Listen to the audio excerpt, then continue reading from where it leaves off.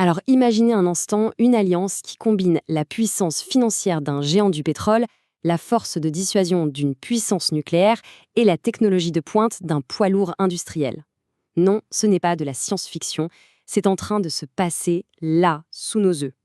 Aujourd'hui, on va décortiquer ensemble cette nouvelle alliance de défense qui est en train, littéralement, de redessiner la carte du pouvoir mondial.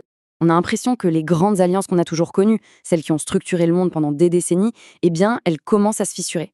Et face à cette incertitude, on voit émerger une nouvelle tendance, un nouveau réflexe. Les pays se tournent vers leurs voisins. Ils créent des blocs régionaux pour garantir leur propre sécurité. C'est clair, les vieilles garanties ne suffisent plus. Au fond, la logique est simple. Pourquoi attendre l'aide d'une superpuissance qui est à l'autre bout du monde quand on peut s'organiser avec ses voisins directs?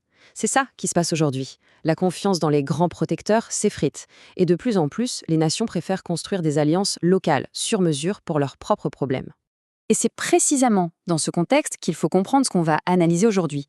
C'est l'émergence d'un pacte de défense tout à fait nouveau entre trois acteurs, et pas des moindres, du monde musulman. Alors, le premier membre de ce trio, la Turquie. On ne parle pas juste d'un pont entre l'Europe et l'Asie, hein. On parle d'un véritable géant industriel et militaire. Son influence ne fait que grandir, en grande partie grâce à une industrie de défense qui est devenue ultra performante. Vient ensuite l'Arabie saoudite. Là, on parle d'une puissance financière colossale. C'est le leader mondial du pétrole et ça lui donne les moyens non seulement de financer ses propres ambitions, mais aussi de soutenir celles de ses alliés. Et pour boucler la boucle, le troisième acteur, le Pakistan.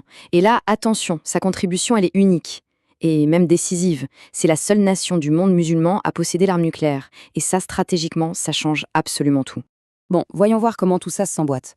Parce que ce qui rend cette alliance si potentiellement redoutable, ce n'est pas juste la force de chaque pays pris séparément. Non, c'est surtout la façon dont leurs atouts se complètent parfaitement. Et d'ailleurs, l'expert Nihat Ali Oskan le résume très très bien. C'est vraiment ça l'idée. C'est un peu comme un puzzle stratégique. Chaque pays vient avec la pièce maîtresse qui manque aux autres. Le résultat, c'est pas une simple addition de leurs forces, c'est une véritable multiplication de leur puissance.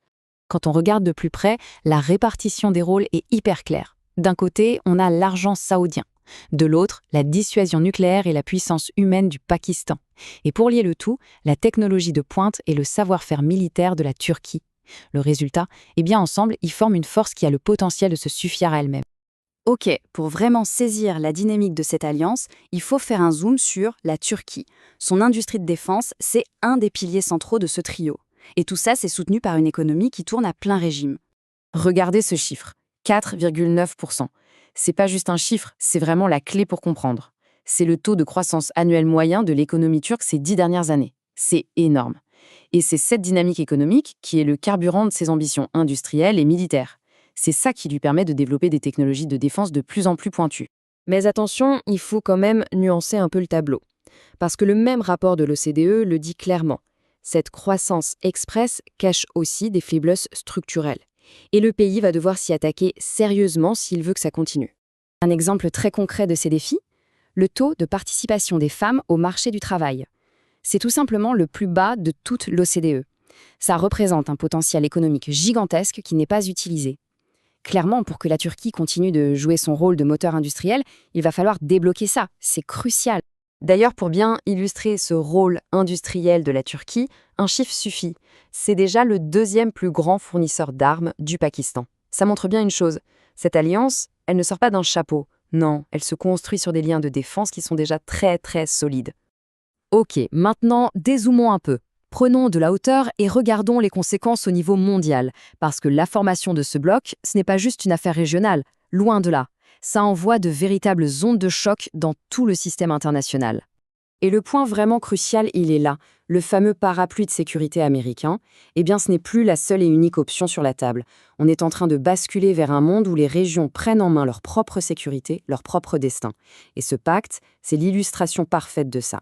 Pour la toute première fois, on voit se créer un pôle de sécurité hyper puissant dans le Golfe, qui n'est pas piloté depuis Washington.